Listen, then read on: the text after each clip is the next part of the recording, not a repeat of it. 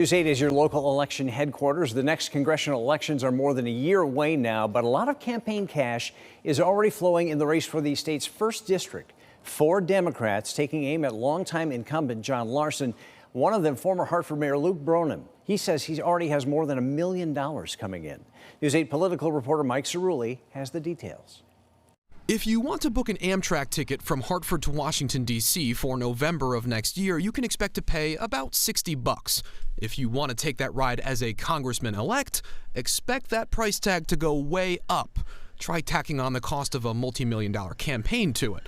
That's how much it will likely cost to emerge victorious in the crowded race to represent the congressional district based in Hartford and its surrounding communities. Former Hartford Mayor Luke Bronin is already well on his way, raising nearly $1.2 million since launching his campaign in late July. That's a lot of money. Does it really cost that much to run for Congress these days? You can see, to really make sure that you're getting your message out in every way you can, it takes resources, and we want to make sure that we get our message out to voters everywhere, every way we can. Bronin is quick to note that his 7-figure haul does not include any donations from so-called corporate PACs, which are entities set up by businesses and industry groups to give to politicians.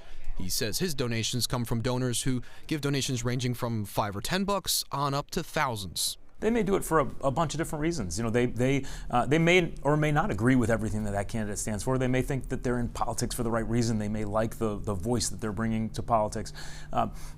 When a company or corporation gives money, though, they're motivated by only one thing, and that's their bottom line. Bronin is one of 4 candidates challenging fellow Democrat John Larson, the 14-term incumbent. John Larson has a history of taking significant donations from corporate PACs, and when asked if he'd do it again in this election cycle, his campaign simply said, "Everyone in this race is playing by the same rules, and Congressman Larson abides by all of them." Larson's campaign says he's raised about $800,000 in the third quarter. The full report's listing donors aren't available yet, and the Larson campaign did not respond to our question asking how much corporate PAC money he'd taken in the period covered by that report. The campaign did have pointed response to Bronin's criticism, writing, "During his decades in politics, Luke has taken money from a long list of developers and business interests, including many who did business with the city while he was mayor.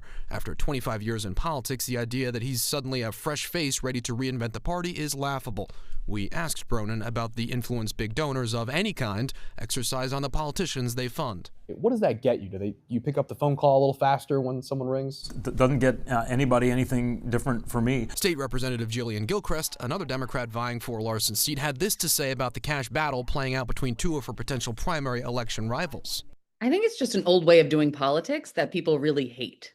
One thing all 3 candidates seem to agree on is the need to reform the nation's campaign finance laws. Bronin and Gilchrist both signaled support for a system of government-funded campaigns rather than ones funded by private donors.